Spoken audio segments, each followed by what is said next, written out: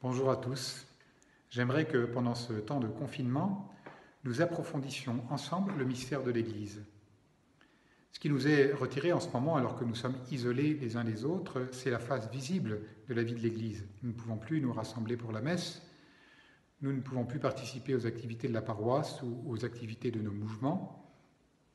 Les baptêmes, les premières communions, les mariages sont reportés sine die et nous ne savons pas exactement comment nous vivrons la Semaine Sainte. Nous pouvons être amenés à penser que, au fond, même si nous nous rejoignons par les réseaux sociaux, par Internet, par la radio, nous pouvons en être amenés à penser que la vie de l'Église s'est arrêtée.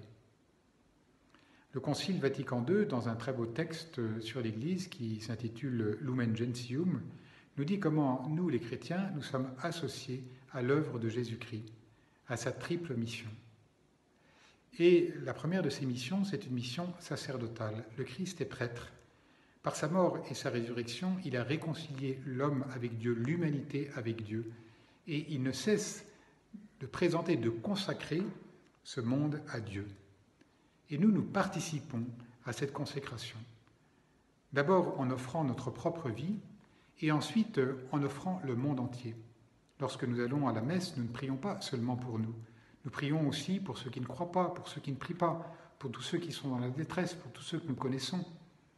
Voilà pourquoi cela a toujours du sens d'aller à la messe, même lorsque nous sommes seuls, même lorsqu'il y a peu de monde, même lorsqu'il fait froid, même lorsque le micro ne marche pas.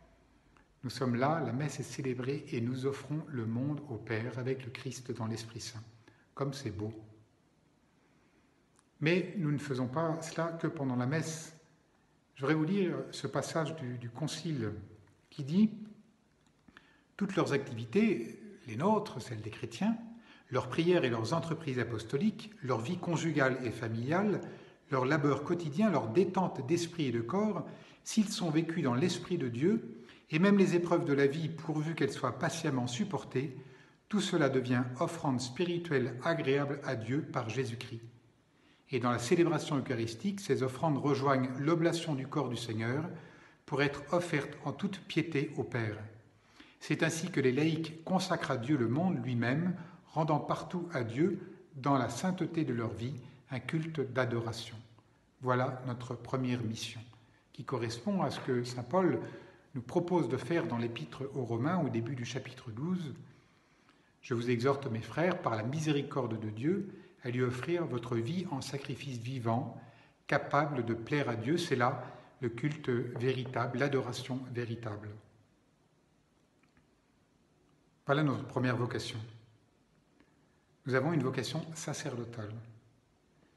Et les religieux et les religieuses, tous les consacrés, nous rappellent cela comme un signe. Au milieu de nous, ils nous rappellent que le baptême est une consécration au Seigneur.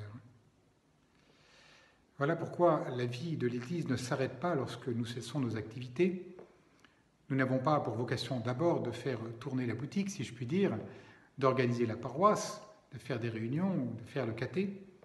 Notre première mission, c'est vraiment d'offrir notre vie au Seigneur avec le Christ dans l'Esprit Saint.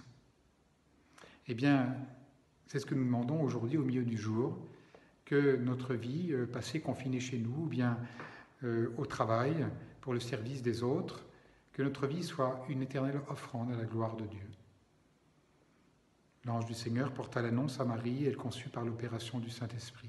Je vous salue Marie, pleine de grâce, le Seigneur est avec vous. Vous êtes bénie entre toutes les femmes, et Jésus, le fruit de vos entrailles, est béni. Sainte Marie, Mère de Dieu, priez pour nous pauvres pécheurs, maintenant et à l'heure de notre mort. Amen. Voici la servante du Seigneur, qu'il me soit fait selon ta parole. Je vous salue Marie, pleine de grâce, le Seigneur est avec vous.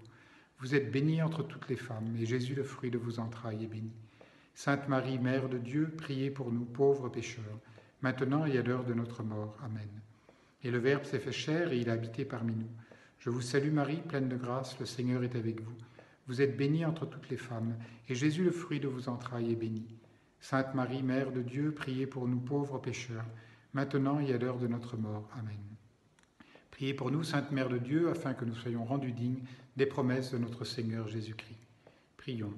Répands, s'il te plaît, Seigneur, ta grâce dans nos âmes, afin qu'ayant connu par le ministère de l'ange l'incarnation de ton Fils Jésus-Christ, nous ayons part par sa passion et par sa croix à la gloire de la résurrection, par le Christ notre Seigneur.